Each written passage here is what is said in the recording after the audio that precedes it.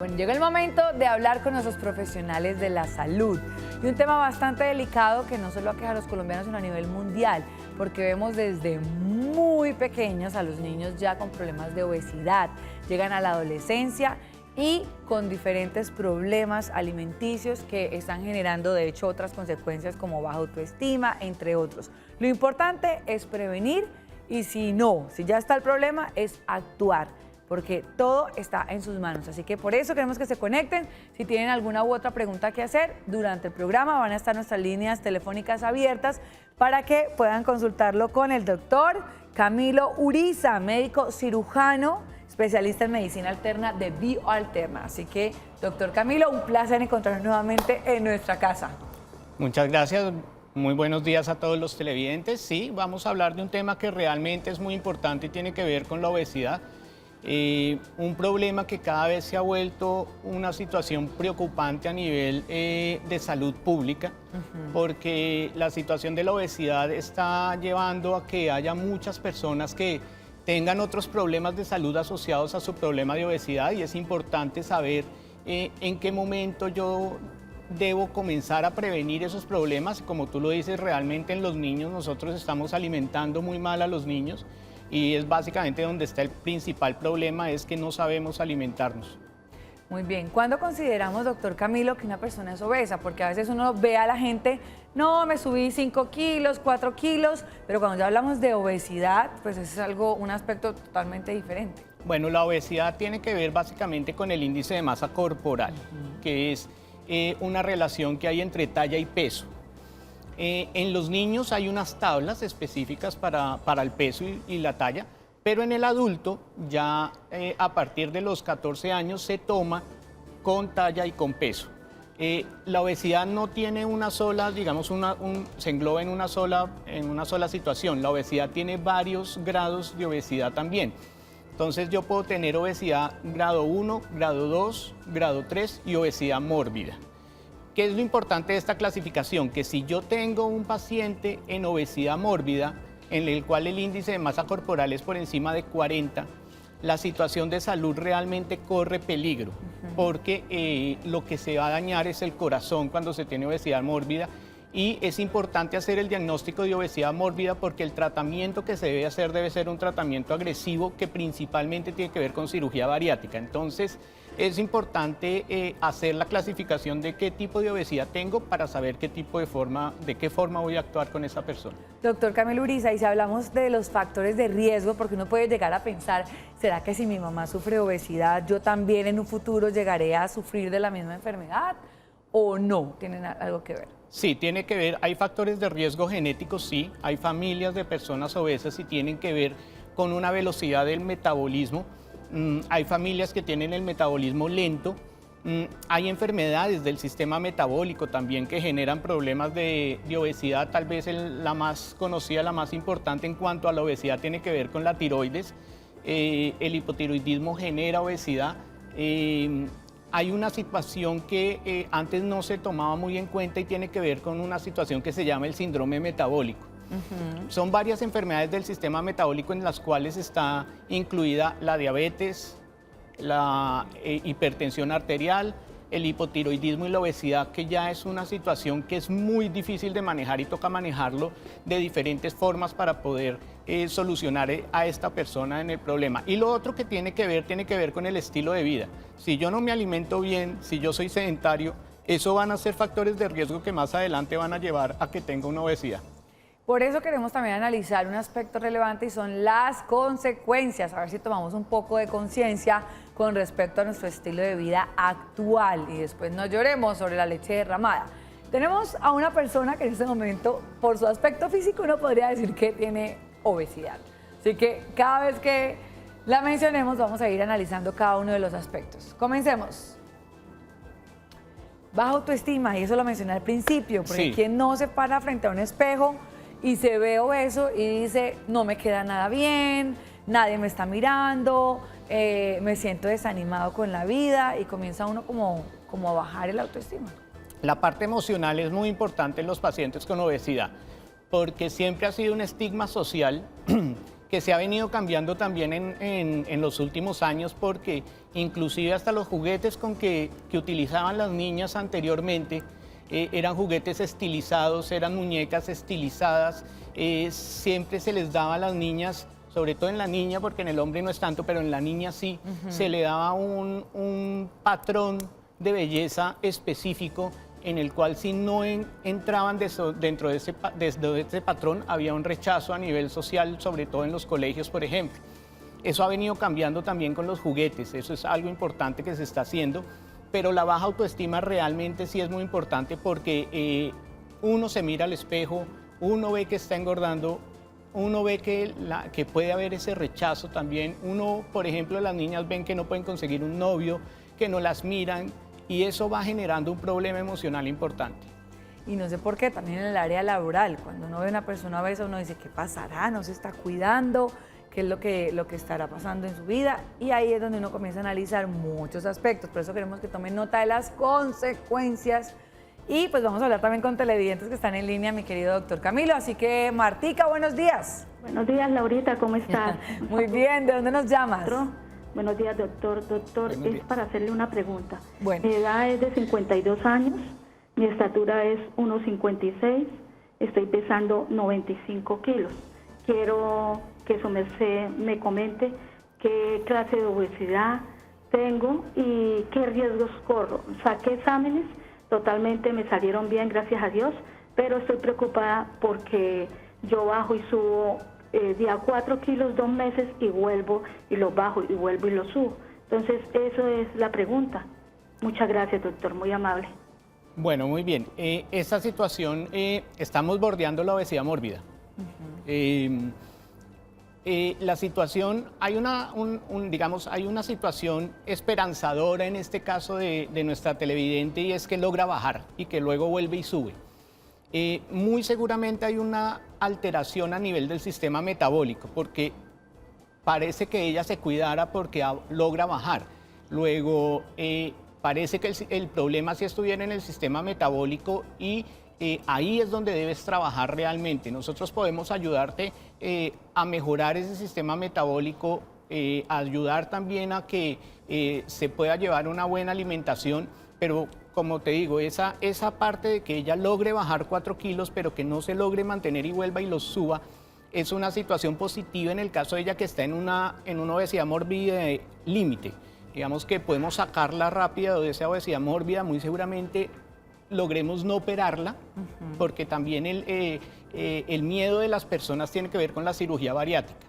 Y es entendible porque la cirugía bariátrica pues tiene muchas consecuencias también y tiene muchos efectos adversos el someterse a una cirugía bariátrica. Entonces la gente le tiene miedo a operarse. Pero por ejemplo en el caso de ella que está en una obesidad mórbida limítrofe se puede trabajar, y yo creo que por como cuenta la historia, el problema está en un problema del metabolismo como tal. Además que todo tiene que ser un proceso, ¿no? Una persona obesa no se puede desesperar o pretender verse al otro día ya delgada, sino que tiene que haber ciertos cambios de un acompañamiento médico, que es el que le va a indicar a usted cómo debe realizarlo de una forma pausada, porque también uno se puede llegar a estresar. No, doctor, es que no bajo y ya llevo un mes y sigo en las mismas, y hasta el mismo estrés no le permite a usted que todo ese procedimiento pues se pueda llevar eficientemente. Por eso vamos a seguir hablando de estas consecuencias. Ya más adelante el doctor nos va a decir cómo pueden llegar a realizar sus tratamientos para mejorar el tema de la obesidad.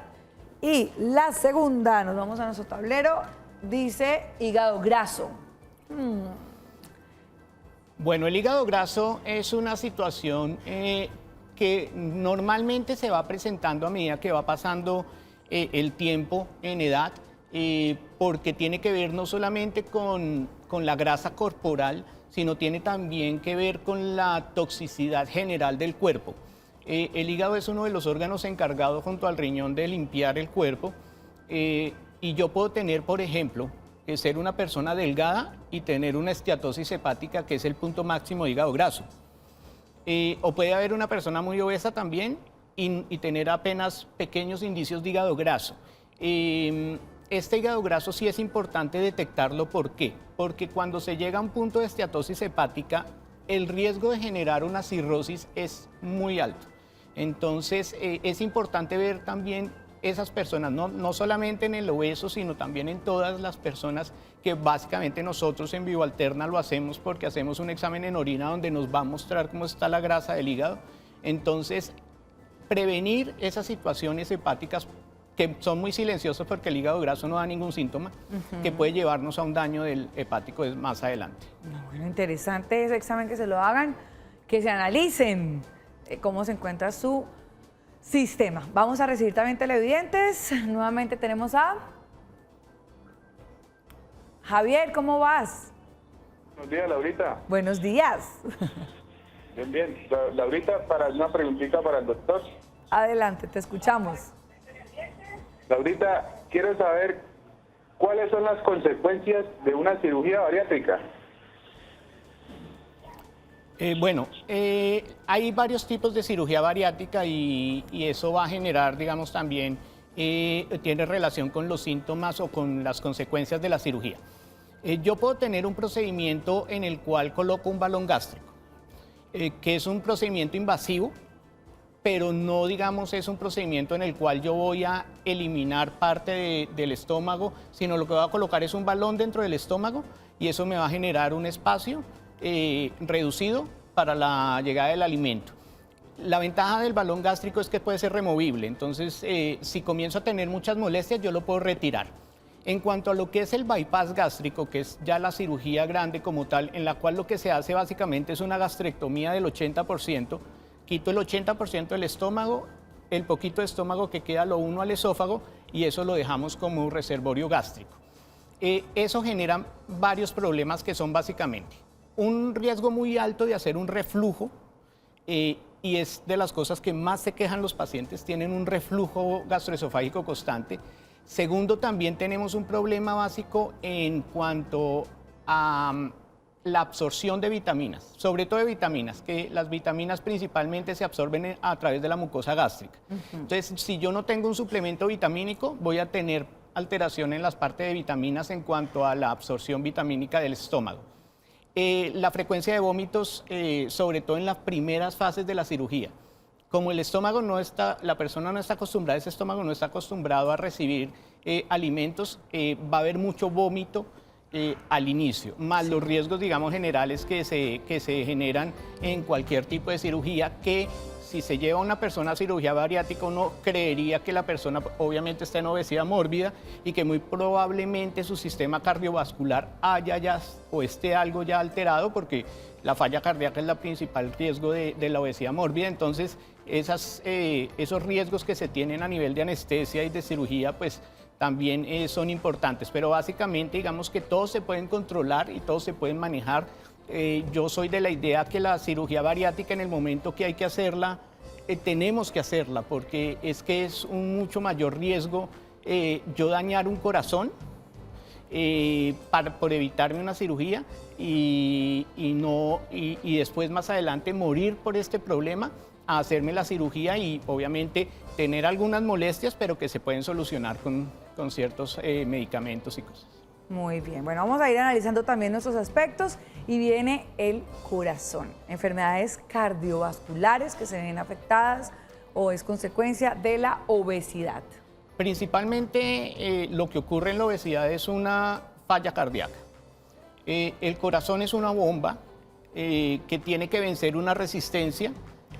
Como es un músculo, si yo tengo una mayor resistencia para tener que vencer, ese corazón se va a volver musculoso. Entonces, los corazones musculosos son corazones insuficientes, no son capaces de sacar la cantidad de sangre necesaria, sino que queda sangre almacenada. Eso va a dañar las válvulas del corazón y nos va a llevar finalmente a una falla cardíaca, que es el principal daño a nivel cardiovascular que genera los pacientes con obesidad y son la causa de muerte en el paciente con obesidad. Nosotros vemos muchos pacientes obesos con la fase inicial de la falla cardíaca y tiene que ver con el ahogo. Es muy frecuente ver a los obesos ahogados. Caminan 2 pasos y están... Muy seguramente ese corazón ya está alterándose. Muy seguramente ese corazón ya nos está llevando a pensar que esté en una falla cardíaca inicial. Entonces sí es muy importante proteger ese sistema cardiovascular y el riesgo de hacer hipertensión arterial. Bueno, además que eso sí, el órgano más importante, el corazón, si deja de latir, bueno, ya saben qué pasa, así que ojo. Siguiente, nos vamos con la diabetes. Ay, ay, ay. Bueno, la diabetes tiene básicamente dos tipos de diabetes. Sí. Hay una que es generada por un problema principalmente del páncreas, primario del páncreas, que no tiene ninguna relación con la obesidad. Yo puedo tener también diabetes no relacionada al páncreas o diabetes tipo 2 que no esté relacionada a la obesidad. Pero ¿qué pasa? Las personas obesas generan una cosa que se llama una resistencia periférica a la insulina. La insulina no es capaz de actuar sobre las células y no es, lo que hace la insulina, la hormona, es llegar a la célula, abrir como una llavecita y que el azúcar pueda entrar a la célula.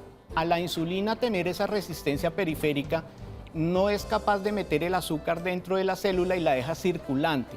Entonces el paciente obeso tiene un riesgo de hacer una diabetes generada por una resistencia periférica a la insulina. Básicamente eso es lo que pasa en el diabético con la obesidad. Bueno, vamos a invitar a los televidentes, estamos revisando nuestro Facebook Live para que también se comuniquen a través de este medio y hagan sus preguntas. Y también recibimos televidente en línea. Marisol, buenos días. Marisol. ¿Cómo me le va? Muy bien, ¿y tú?